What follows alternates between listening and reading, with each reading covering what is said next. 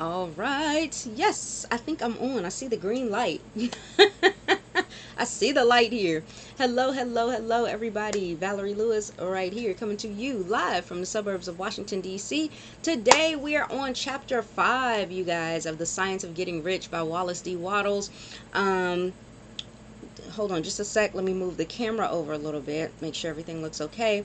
And this is a part of my cool. This is a part of my Business Builder Book Club that I'm hosting. And I think we'll be doing this on a continual basis. And this has been fun because this is the first book that we're diving into. And I will, of course, let you know when we get into the next book and what that's going to be.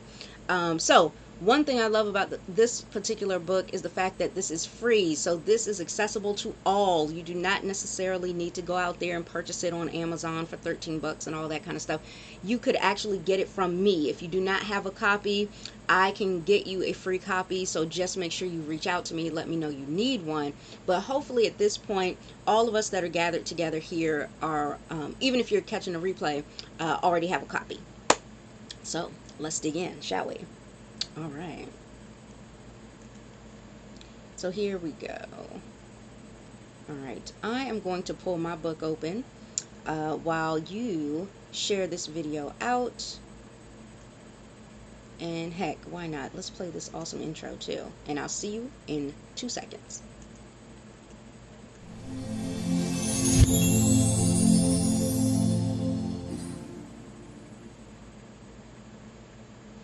Increase in life. Let's do it. Let's get right on into this. Okay, so I've got my book open. Let me move it back up to the beginning of the chapter. Awesome. So, y'all know how I feel about Wallace Wattles and the way that he just begins each chapter. I always start off with the first paragraph because it's so awesome. Listen, here's how he starts off this one.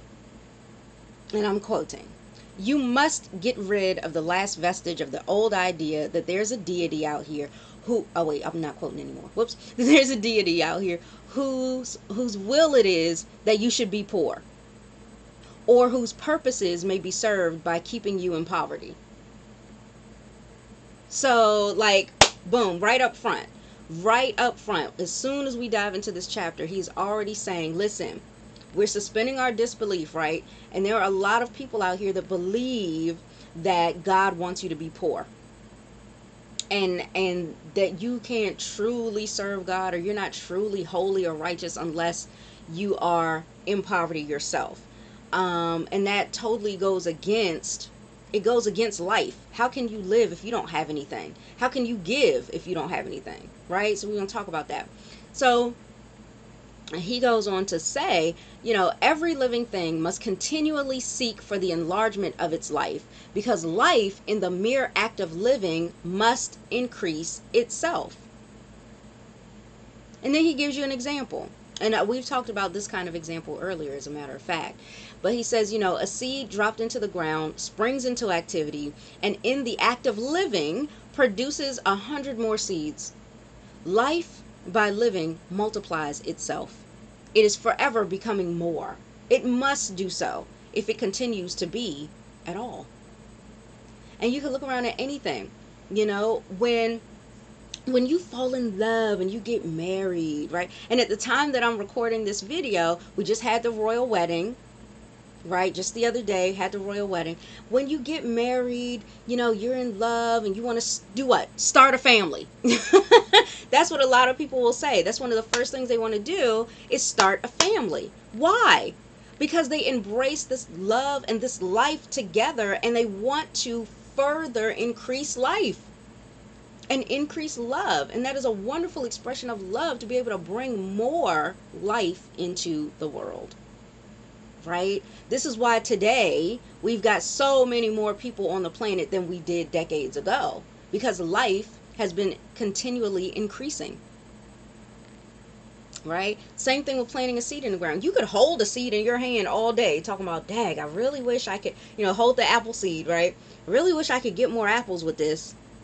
Somebody told me I could get more apples with this one seed. I don't know how. I've been sitting here waiting and ain't nothing happening. No! You got to plant the seed, right? And when you do, it instantly takes action. Like it knows the difference between your hand and the soil, right? And when you put it in the soil, boom, springs to life. Immediately it springs open, it starts taking root, it starts growing below the surface before we ever see anything, and then it starts to sprout through the ground and show some visible signs of life, and then it continues to express itself fully and continues to grow until it is a full-blown apple tree, right? So I love it. Totally cool stuff. Okay, so he also goes on to say, intelligence is under the same necessity for continuous increase. Every thought we think makes it necessary for us to think another thought.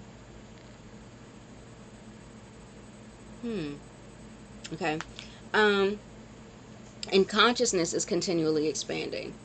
Every fact we learn leads us to the learning of another fact. Think about it.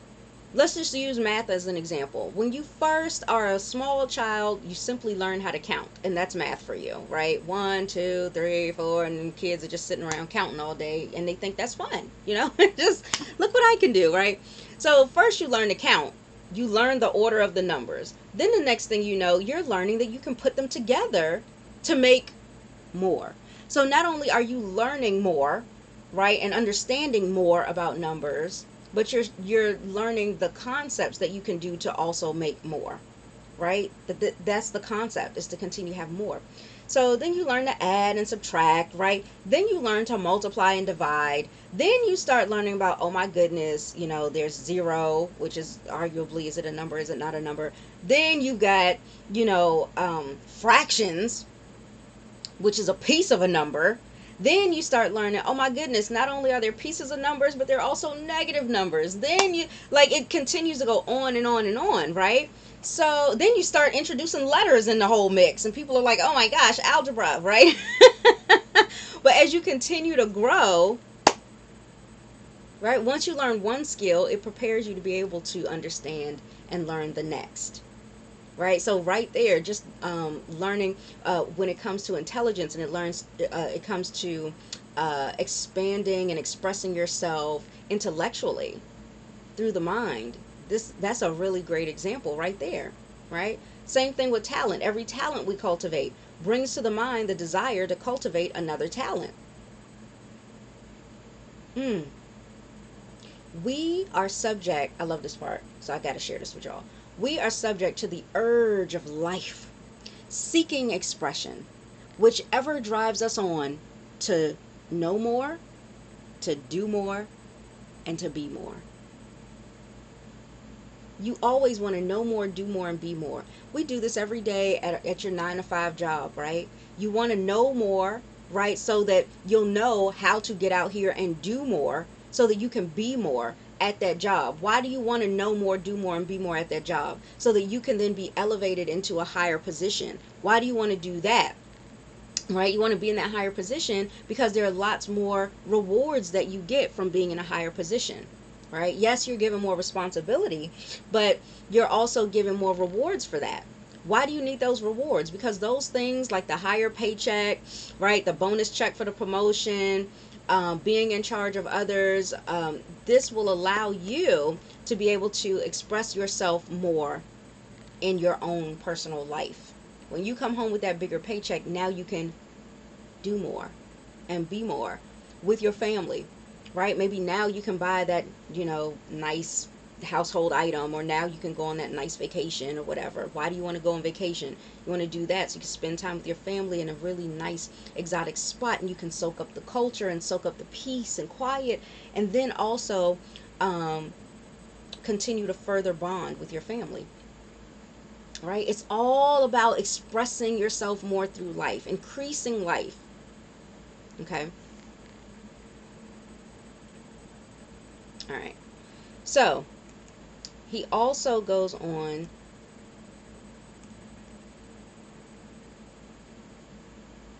to say the one substance, that one formless intelligent substance that we were talking about in the previous chapter, desires to live more in you. Hence, it wants you to have all the things that you could use. He wants you to have everything at your disposal to be able to fully live. That includes money. And as a matter of fact, in order for you to have everything that you need to fully live, you're going to need money to get all the other things.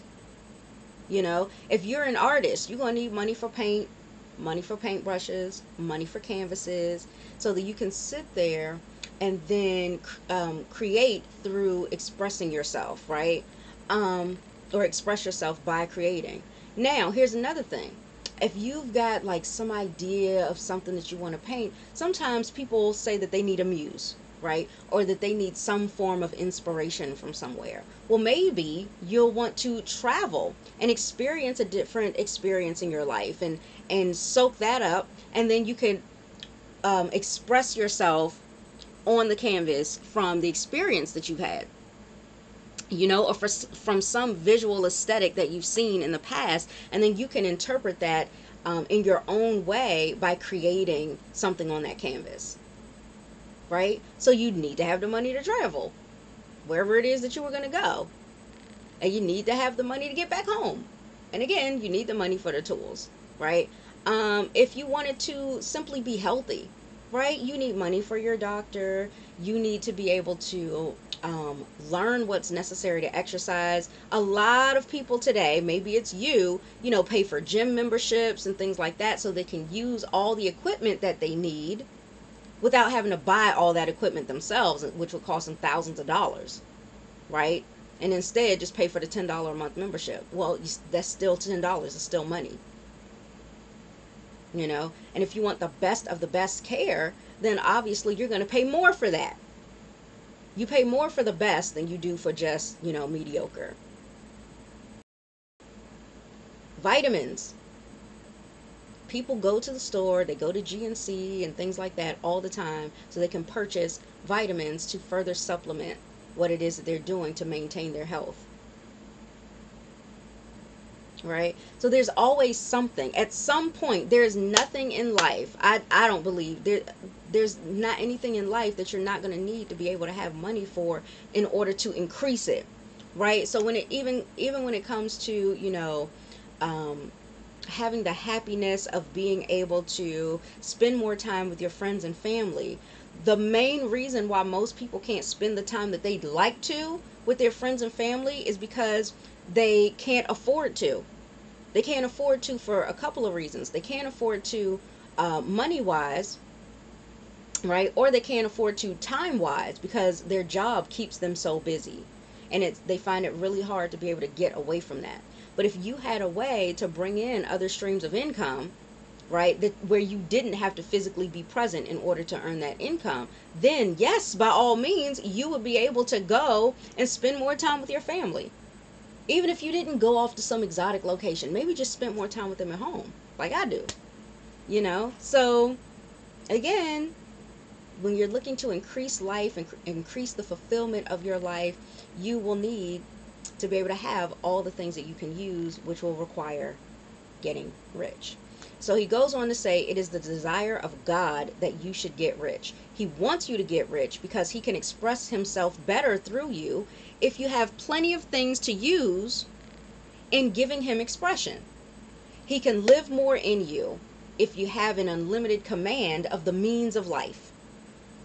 Right? He can live more through you if you have more energy, if you are healthy, if you've got, you know, healthy food you're putting into your body, you're exercising on a regular basis. Great. Your body's in prime position for you to be able to get out here and interact with other people in the world, build relationships with folks, and everybody gets to be richer from the experience of just interacting with each other. And possibly you could share an idea or a concept with someone that they may never have noticed before, and now that puts them in prime position to be able to increase their lives as well. You see? So that's like one example right there. But in all those aspects, everything we talked about in the previous chapters, mind, body, and soul, all of those things are things that you want to focus on. And all of those things are things in which you can increase life. And no one is any better or, you know, worse than the other. Okay, so he goes on to say, the universe desires you to have everything that you want to have. Nature is friendly to your plans. Everything is naturally for you, and you need to make up your mind that this is true. Okay, I did not create this video for people to post a bunch of negative opposing comments in here. If you don't agree with it, just stop watching the video and go somewhere else. But I find it interesting that you'd stop on a video called The Science of Getting Rich only to oppose being rich. Like, what are you really thinking about? Okay, like, come on. Okay. Like, get real, get a life. So, increasing life, boom. So, this is designed for you to really be able to express yourself in a safe arena, and to share the ideas of what it is that you're gaining out of the book. So hopefully you're taking the time to comment on that. All right, so here we go. He also says, it's essential, however, that your purpose should harmonize with the purpose that is in all. So you must want real life. When you're looking to increase life, you must want real life, not simply the pleasure of sensual gratification.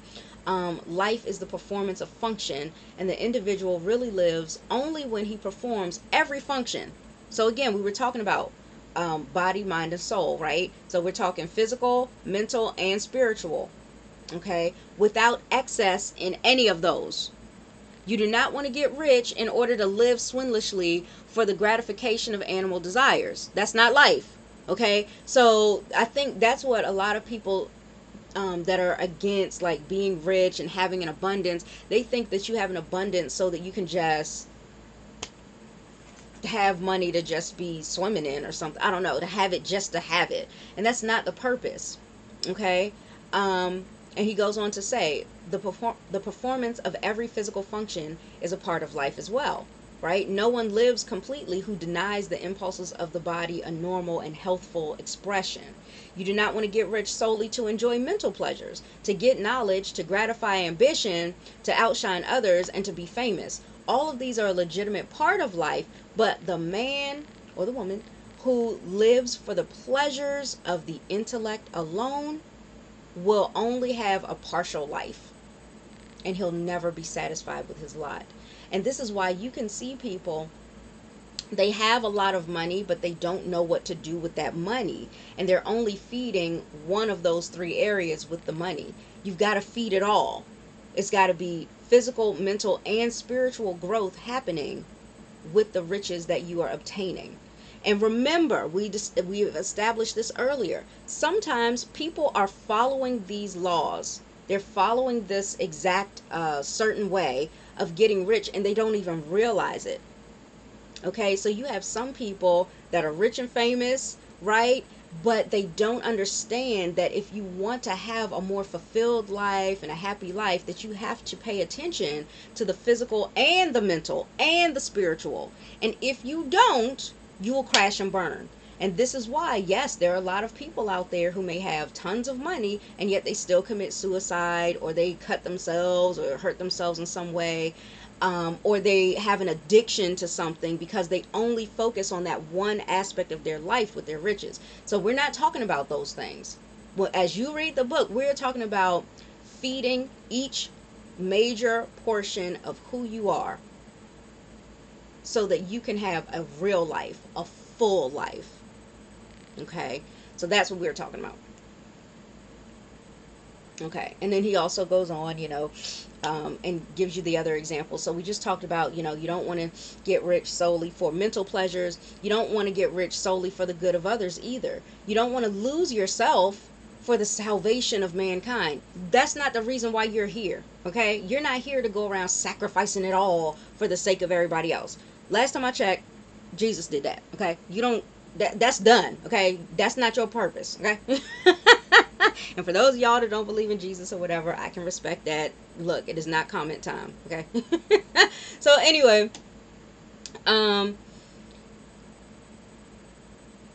he goes on to say, you're not here solely to lose yourself for the salvation of mankind, to experience the joys of philanthropy and sacrifice.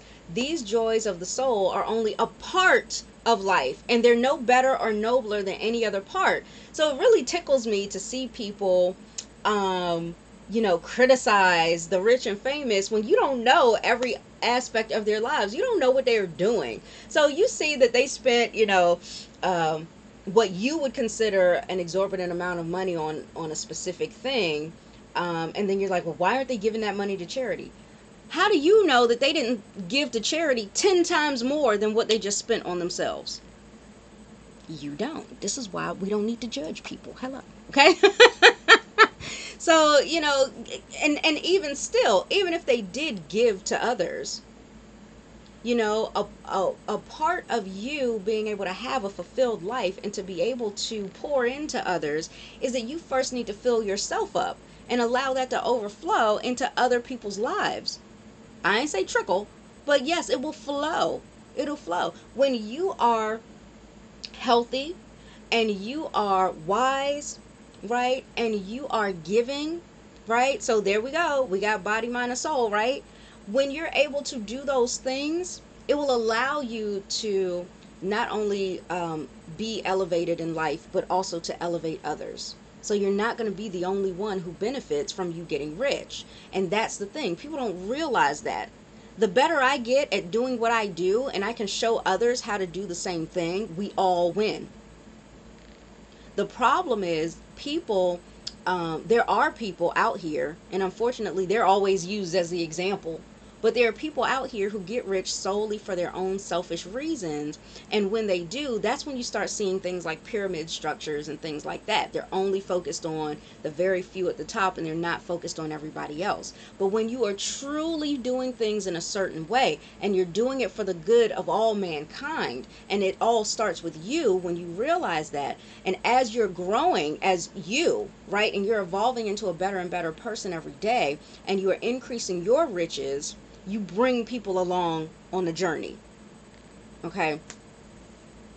So anyway, he goes on to say, you may get rich in order that you may eat, drink, and be merry when it's time to do these things, in order that you may surround yourself with beautiful things and see distant lands and feed your mind and develop your intellect, in order that you may love mankind and do kind things and be able to play a good part in helping the world to find truth. Okay. But remember what we just said, right? Extreme altruism is no better and no nobler than extreme selfishness. Both of them are mistakes. They're both mistakes. Okay? So get rid of the idea that God wants you to sacrifice yourself for others and that you can secure his favor by doing so. God requires nothing of the kind. Now, I have a belief system where I already believe that anyway. I'm just glad to see the confirmation here. That's awesome. But I understand there are lots of people that for a long time have been taught the opposite. They believe in God, but they've been taught to be poor. They've been taught to be self-sacrificing excessively. To the point that they don't even feel like themselves. To the point that they feel something's missing. Something within is empty, and they don't know how to fill that up. And that's unfortunate, but I know that is the case for some people. And so again, as you go through this book, one of the things that you need to do is suspend your disbelief and accept these as true, at least until you get to the end of the book. Like, at least get through the book. Then you can do whatever you want with it. If you don't want to believe it and you move on and you end up getting rich anyway, again, it's merely by accident. Like, that's my theory. I'm sticking with that. But yeah, hold on one sec. Okay, so now let's get back into it.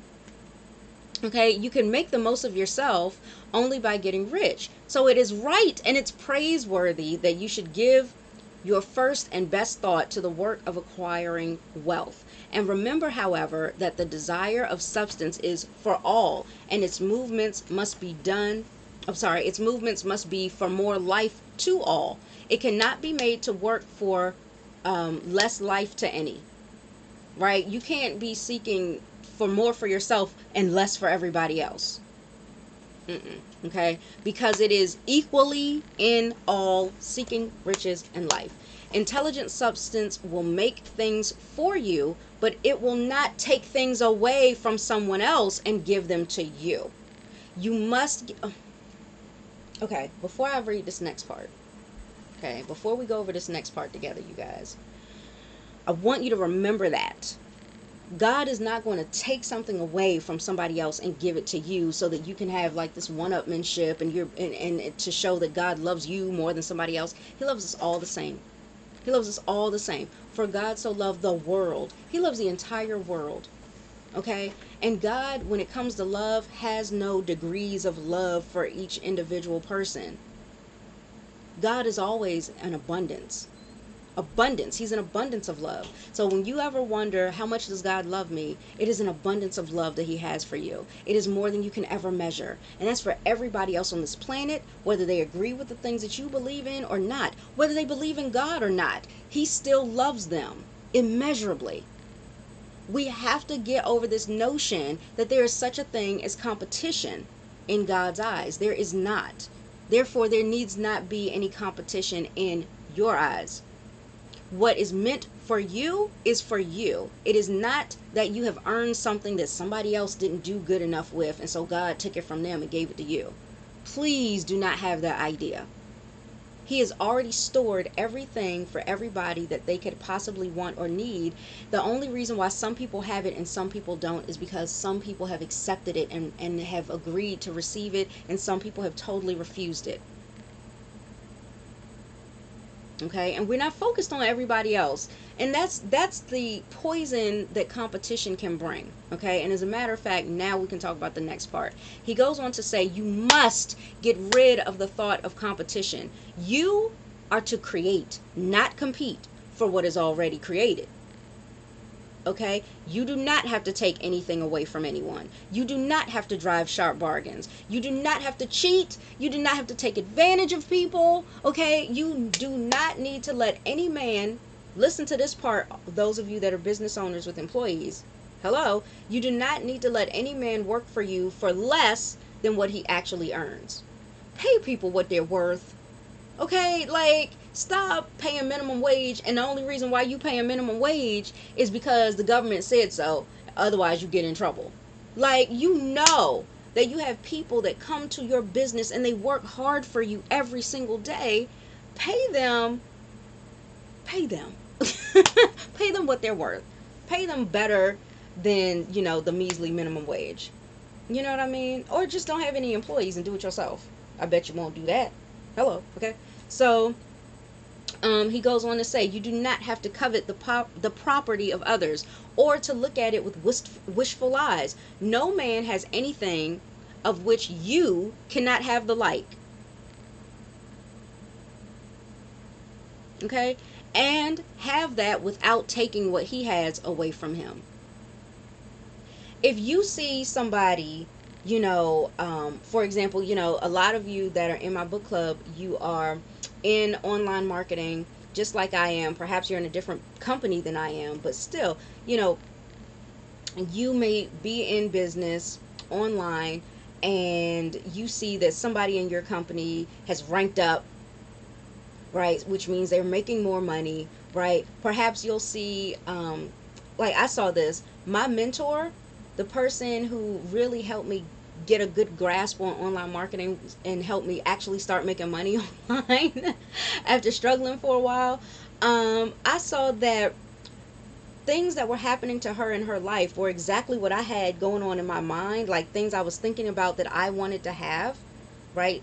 She wanted to hit 6 figures by a certain time, and I was like, oh my gosh, me too. And then she did it. She wanted to buy her dream car, and I was like, oh my gosh, me too. And it just so happened her dream car was from the same company that mine is, and I'm like, oh my gosh, that's so cool. And then she's like, okay, now I want to focus on getting my dream home built from scratch. And I was like, oh my gosh, how did you know? Like, is she in my brain, right?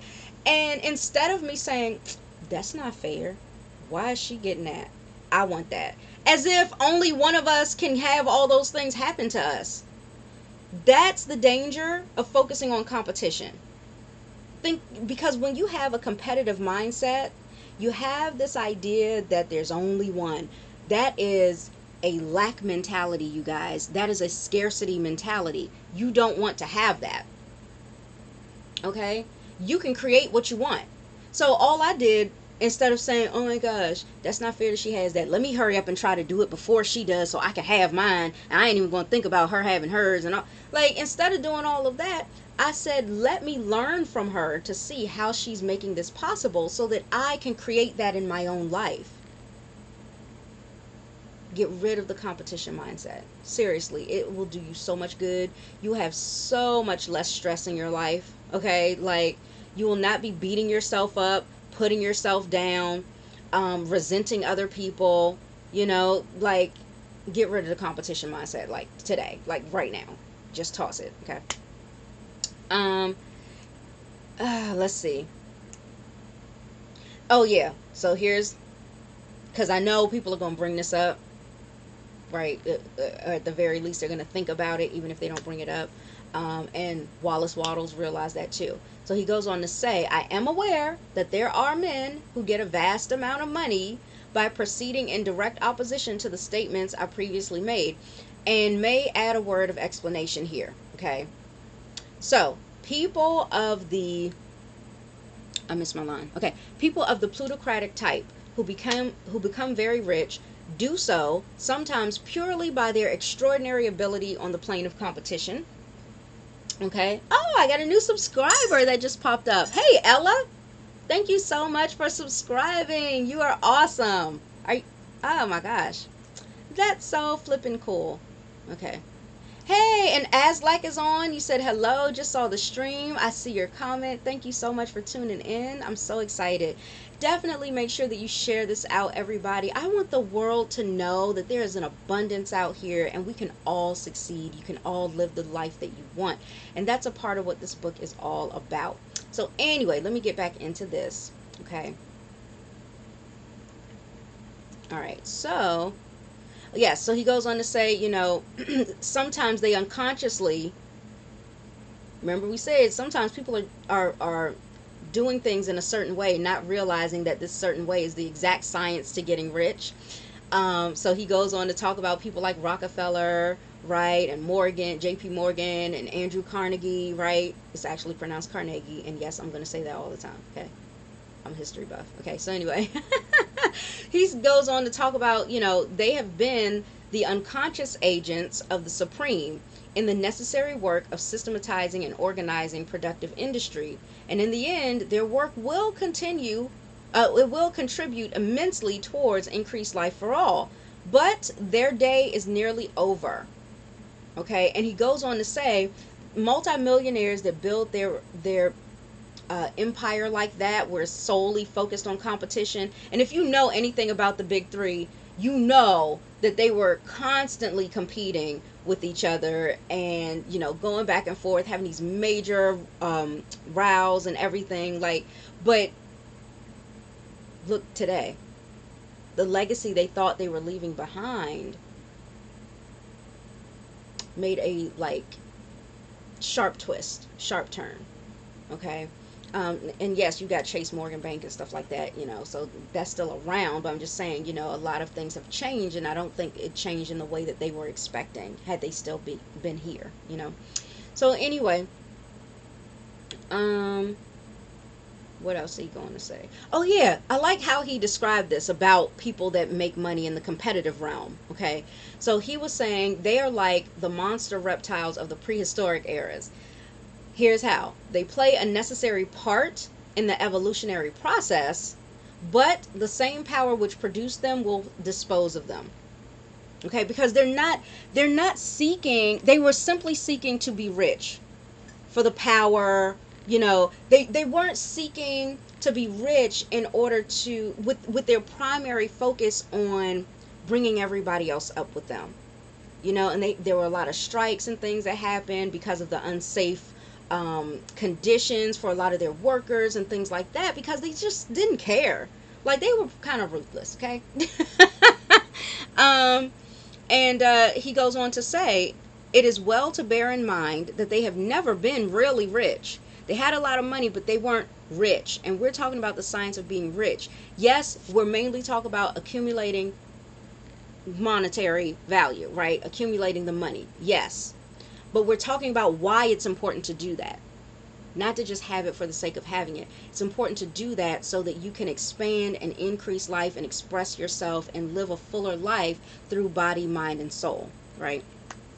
So he goes on to say they've never been really rich, and as a matter of fact, a record of the private lives of most of this class will show that they've been the most, that they have really been the most abject and wretched of the poor.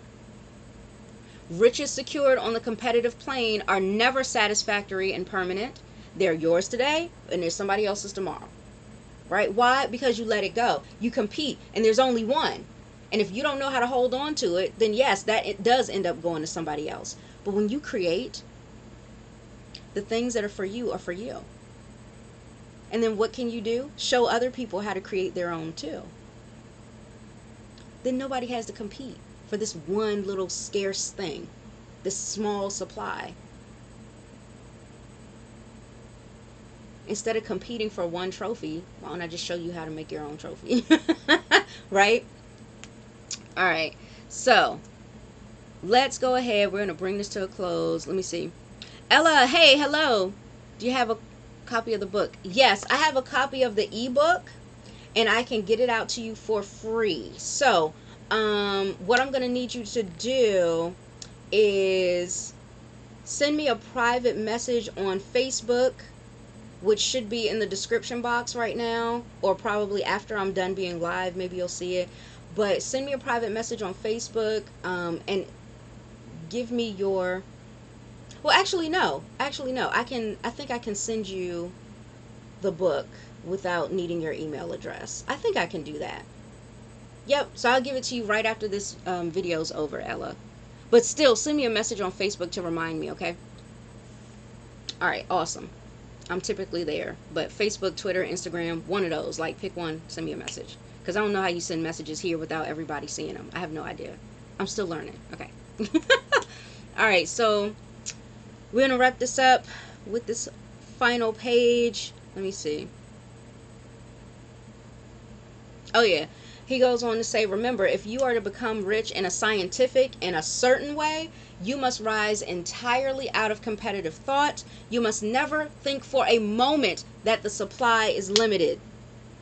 Just as soon as you begin to think that all the money is being cornered and that you must exert yourself, right? And that moment that you drop into the competitive mind and your power to cause creation is gone for the time being, when all of those things happen, that's when you halt your own progress. That's when you stop yourself from being able to move forward. And you're going up against yourself. And you're stopping yourself from your own progress. So you don't want to do that. Okay? So, he goes on to say, you know, if there's something that you need on this planet, it will always be created for you. Okay? For instance, he says, know that there are countless millions of dollars worth of gold in the mountains of the earth, not yet brought to light. And know that if there weren't, then more would be created from the thinking substance to supply your needs. Know that the money you need will come, even if it's necessary for 1,000 men to be led to the discovery of the new gold mines tomorrow. Right? So if it was gold you need, and people are like, oh my gosh, we've exhausted all the different places that we know to find gold, guess what would happen? In just a matter of time, somebody would find more gold somewhere that had never been found before. Right? If what you needed to continue living life was more food, right, or healthier food, and let's say all the food, like there was a famine, right? Somewhere, some way, somehow, somebody would know how to replenish the soil or how to provide you with more food. Like, but you have to stay focused on the fact that you do not have to compete, that there isn't any one last drop of anything on this earth. Whatever you can't visibly see, there's an inexhaustible supply of the things that you can't see, and it will come forth if you believe that it will. Very simple. Okay, so never allow yourself to think for an instant that all the best building spots will be taken before you get ready to build your house unless you hurry. Never worry about the trust in the combines and get anxious for fear they will soon come to own the whole earth. Never get afraid that you'll lose what you want because some other person beats you to it. That's a competitive mindset. Okay, that cannot possibly happen. You are not seeking anything that's possessed by anybody else. You are causing what you want to be created from the formless substance, and that supply is without limits. So again, we're going to stick to those formulated statements that were first introduced to us yesterday in the previous chapter, and I'm going to put them up for you guys again. Okay, so let me make sure I've got them. I should. Okay, so here was the first thing, right? So remember, there is a thinking stuff from which all things are made, and which in its original state permeates, penetrates, and fills all the inner spaces of the universe. I have my own name for that I believe, and perhaps you do as well. Okay? Now, the second thing that he talked about. Okay? So remember this. A thought in this substance produces the thing that is imaged by the thought. Right? And then he went on to talk about this. Okay? So, man can form things in his thought, and by impressing his thought upon formless substance, can cause the thing he thinks about to be created. So remember, at this point, ever since yesterday in the last chapter, Wattles have introduced this particular principle to becoming rich in a certain way, that you've got to start believing these things. Say them to yourself each and every day. Write them down somewhere. Post this somewhere, okay, so that you will not only think about them, but you think about them and meditate on them to the point that you truly believe it, and now these ideas have been planted into your subconscious mind. Okay, so that, you guys, is pretty much it for today. I am going to go ahead and go, and again, make sure that you put in the comments what your biggest takeaway from these chapters are. And it's okay if you're just tuning in now and you didn't get an opportunity to join me from the very beginning. You've got plenty of time to catch up, you guys, and just make sure that you join me tomorrow. Even if you had to just jump right in to chapter, well, I wouldn't say that. I was going to say, even if you just jumped into chapter 6 and then meet me back tomorrow for chapter 6, you could do that. But I would recommend that you start at the beginning so that you understand what the book is about. You hear it straight from Wattles' own words, you know, and you really grasp an understanding of what this book is about and what it requires of you as you continue to read through the book. And then as we progress through more chapters, then you'll be able to fully understand. You won't be lost, you won't be confused, you won't be frustrated or anything like that. Okay, so awesome. Thank you guys so very much for tuning in today. And again, make sure you share this out. Make sure you subscribe. Make sure you give me a thumbs up. And I will see you tomorrow in the next video as we talk about chapter 6, how riches come to you. Boy, I'm ready for that now, okay? But we'll jump into it tomorrow. All right, have an amazing day, everybody, and I will see you in the next video. Bye.